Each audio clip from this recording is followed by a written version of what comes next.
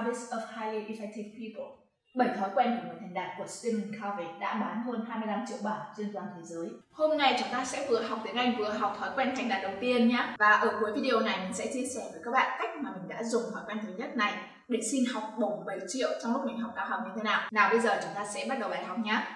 Now let's get started. We will cover 5 parts in a lesson today. Bây giờ chúng ta sẽ bắt đầu và chúng ta sẽ học 5 phần trong buổi học hôm nay. As usual, we will cover 5 parts today. Part 1. Vocabulary, body language. Phần 1. Học từ vựng bằng body language. Part 2. Main content, nội dung chính. Part 3. Natural grammar, natural speaking. Phản xạ ngữ pháp, phản xạ nói. Part 4. Listening, luyện nghe. Part 5. Learning from experts. Học trực tiếp từ chuyên gia.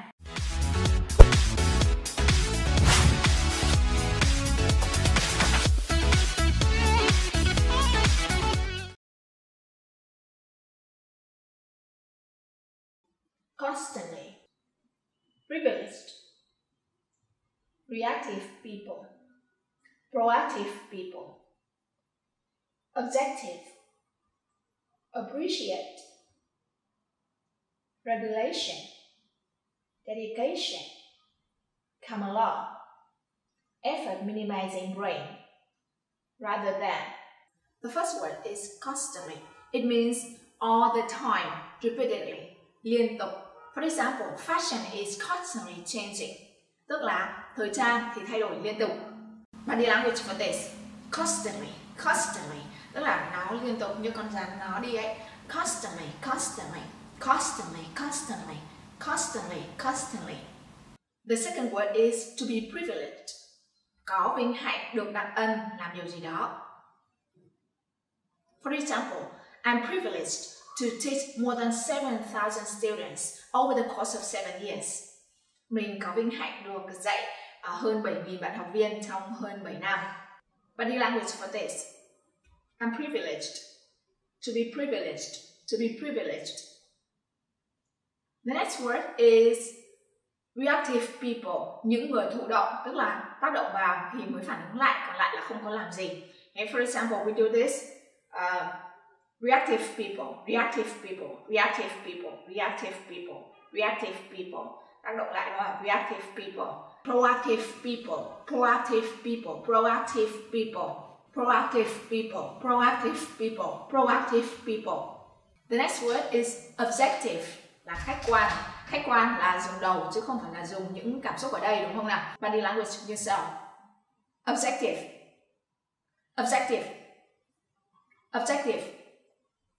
Objective. Now let's move on to the next word.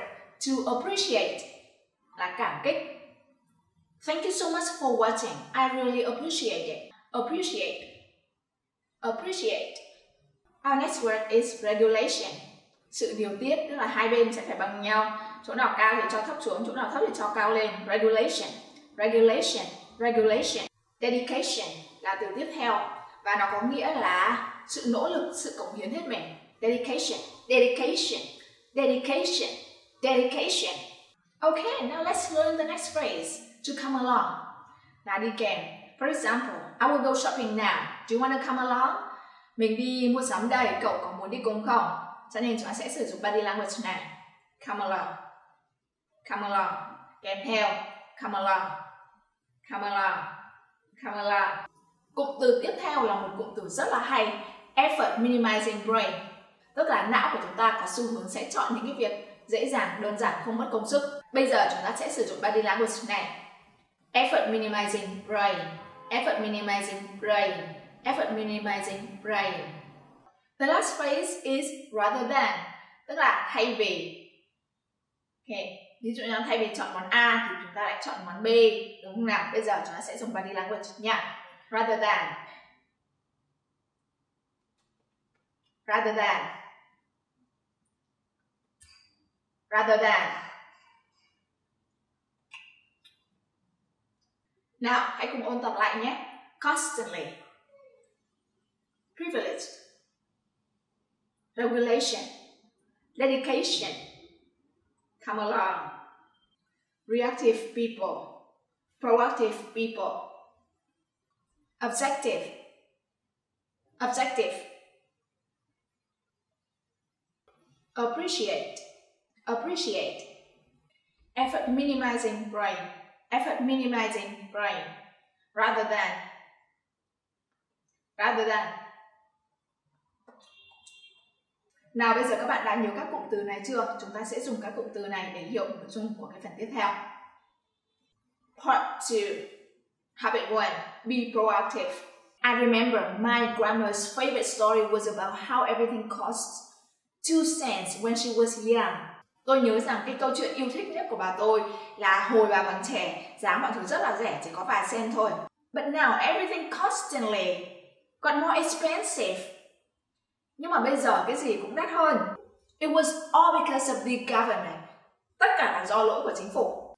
These uneducated pigs didn't know how to control prices. Tức là cái lũ đần độn này không biết cách để điều chỉnh giá cả gì cả. And when I was privileged to hear this story, her complaining would last for hours and hours. Những lúc tôi có vinh hạnh được nghe câu chuyện này thì bà có thể ngồi than vãn hàng giờ đồng hồ. And that's exactly what reactive people do. Đấy chính xác là những gì mà những người thụ động làm. They always focus on the things that they cannot control. Họ luôn tập trung vào những việc mà họ không có điều khiển được. On the other hand, proactive people realize, look, even if my complaining were completely objective, it doesn't help. So I'm going to focus on the things that I can control.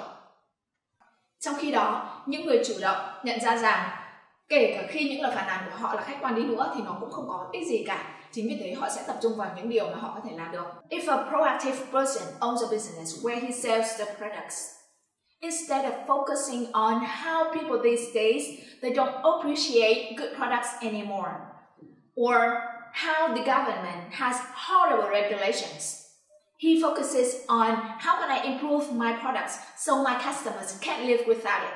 Nếu một người chủ động làm kinh doanh và họ bán một sản phẩm nào đó, thay vì tập trung vào việc là khách hàng bây giờ không nhận thức được giá trị của những sản phẩm tốt, hay là phàn nàn về việc chính phủ không biết điều tiết nền kinh tế, thì họ tập trung vào việc làm thế nào tôi có thể phát triển sản phẩm của mình và khách hàng của tôi không thể sống thiếu cái sản phẩm này được. Do you realize how much responsibility, how much dedication, how much hard work that comes along with asking that question? Bạn có nhận ra là đi kèm với câu hỏi đó là bao nhiêu trách nhiệm, bao nhiêu mồ hôi nước mắt phải đổ ra hay không? And what do you think that our effort minimizing brain is going to pick us for? Và bạn nghĩ rằng cái bộ não hay chọn những việc đơn giản của chúng ta sẽ gợi ý chúng ta chọn điều gì? And that's exactly why most people focus on the things that they cannot control, rather than focusing on the things that they can. Và đấy là lý do rất là nhiều người chọn tập trung vào những điều mà họ không thể điều khiển được thay vì tập trung vào những việc mà họ có thể làm. Habit number 1 is be proactive. Cái thói quen thứ nhất đấy là hãy chủ động trong mọi việc. Part 3, natural grammar, natural speaking. Bây giờ chúng ta sẽ luyện phản xạ ngữ pháp và phản xạ nói nhé. Nhiệm vụ của các bạn là bắt chước các câu hỏi và các câu trả lời để trong tương lai các bạn có thể nói các câu tương tự. Chúng ta sẽ dùng câu này. And that's the reason why most people focus on the things that they cannot control, rather than focusing on the things that they can. Toddler technique. Why most people focus on the things that they cannot control? Because it is easy to do. What do most people do? Most people focus on the things that they cannot control. Where do most people complain? They complain everywhere. At home, at school, at work. Who focus on the things that they cannot control? Reactive people focus on the things that they cannot control. Most people focus on the things that they cannot control. Who focus on the things that they cannot control? Most people. And by most people, I mean you. Maybe you focus on the things that you cannot control. Is that right? Is that correct? Do proactive people focus on the things that they cannot control? No. Proactive people, they don't focus on the things that they cannot control because you cannot control, so you don't focus on that. Instead, they focus on the things that they can control. When do people focus on the things that they cannot control? When things go wrong, they don't take responsibility, they don't take accountability, They just focus on the things that they cannot control because it is easy to do. How do most people react when things are not going well? Most people focus on the things that they cannot control when things are not going well. Time technique. Bây giờ chúng ta sẽ nói một câu ở 3 từ khác nhau nhé. The simple past tense. The government didn't know how to control prices. The simple present tense. The government doesn't know how to control prices. And the simple future tense. The government will not know how to control prices. Part 4. Listening. Bây giờ hãy cùng luyện nghe. Chúng ta sẽ nghe 3 câu, mỗi câu 3 lần. Và nếu đáp án đúng, bạn hãy cho mình 3 điểm. Nào, xin mời các bạn cùng nghe.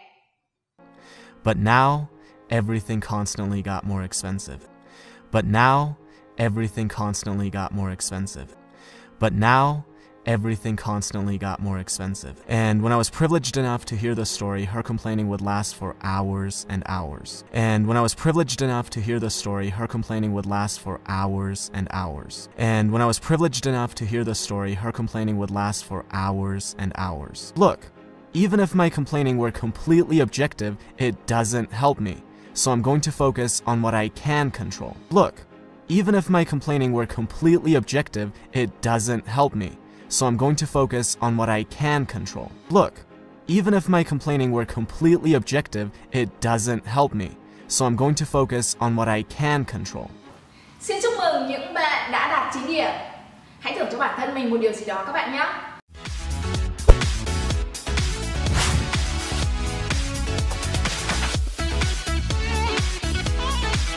Chúng ta sẽ học trực tiếp từ chuyên gia. Bây giờ các bạn hãy lắng nghe phải mediocrity nói nhé.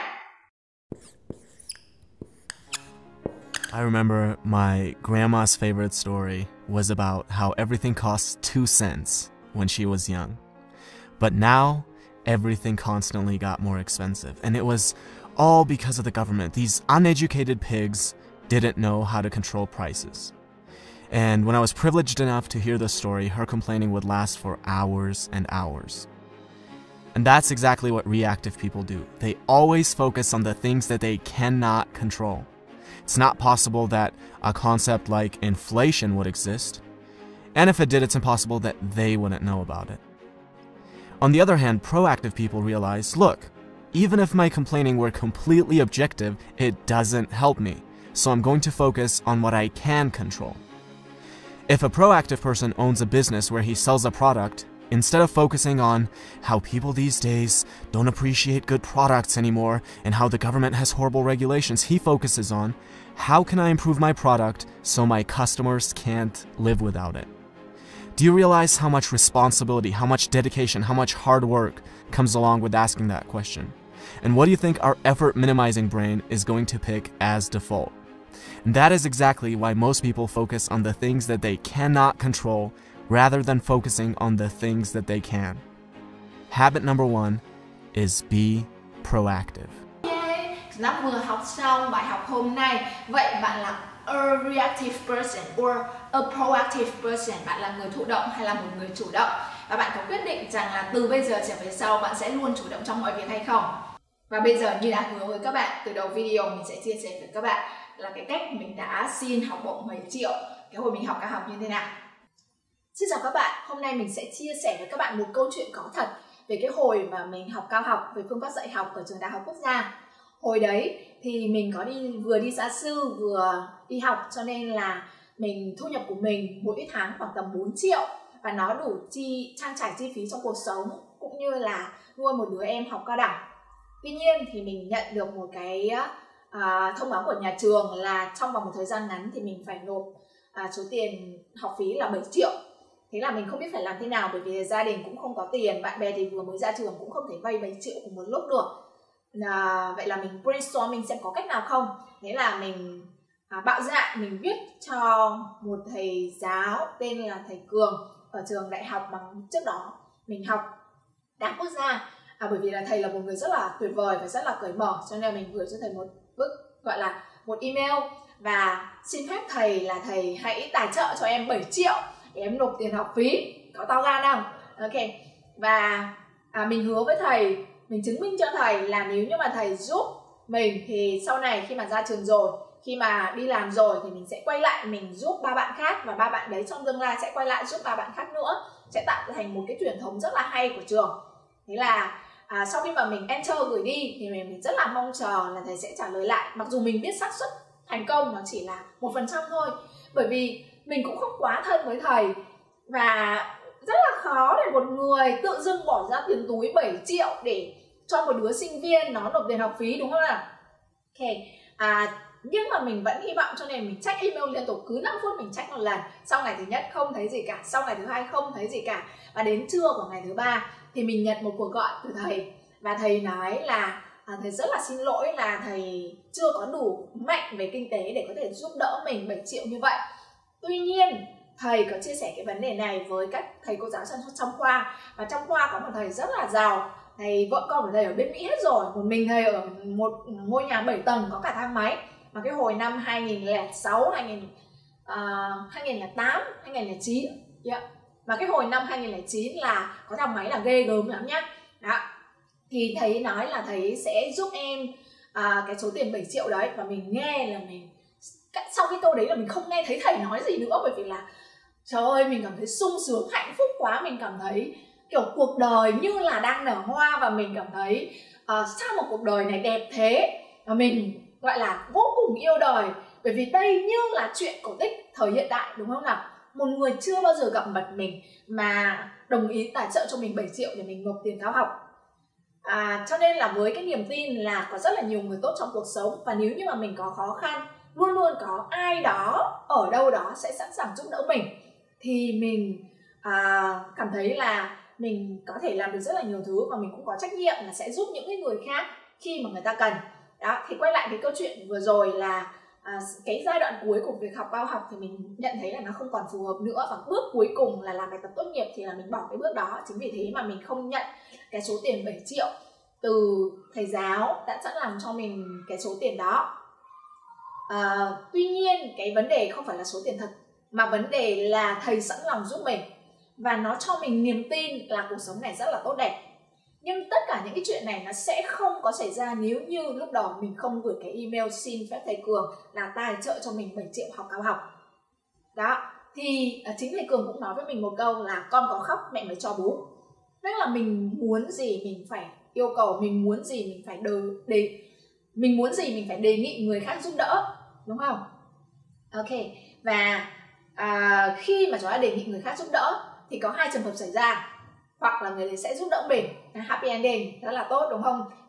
Trường hợp thứ hai là người đấy không giúp đỡ mình, thì y hệt như là chúng ta không hỏi, chúng ta không đề nghị. Vậy tại sao chúng ta lại để 100% thất bại khi mà chúng ta không hỏi? Khi mà nếu như mà chúng ta hỏi, chúng ta có 50% chiến thắng, đúng không nào? Vậy mình hy vọng là từ nay trở về sau bạn sẽ luôn chủ động trong mọi việc. Bạn muốn bất cứ điều gì thì bạn hãy lên kế hoạch và bạn thực hiện các cái hành động. Bạn hãy chủ động trong mọi việc để cuộc sống của bạn dễ dàng hơn, đơn giản hơn. Tuy nhiên khi mà chúng ta đề nghị người khác giúp đỡ thì ban đầu các bạn hãy cố gắng giúp đỡ càng nhiều người càng tốt, bởi vì như thế có rất là nhiều người muốn giúp đỡ bạn. Cảm ơn các bạn đã lắng nghe, và chúc các bạn sẽ có cuộc sống tốt đẹp hơn, vui vẻ hơn. Thank you so much for watching. It means a lot to me. Please be hardworking and never give up. This is Nguyệt. Goodbye.